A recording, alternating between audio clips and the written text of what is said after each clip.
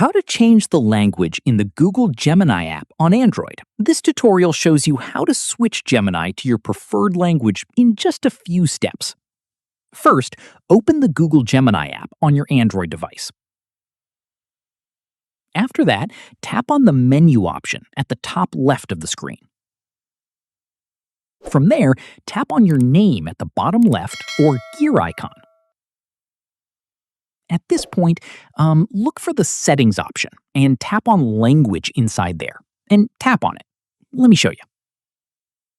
In the next step, you'll see a list of available languages. Scroll through and find the language you want to switch to.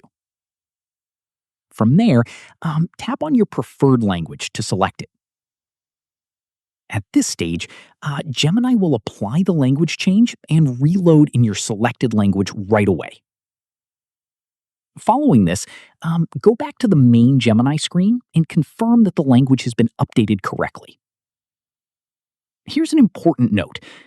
Gemini's response language may also depend on the language you type in.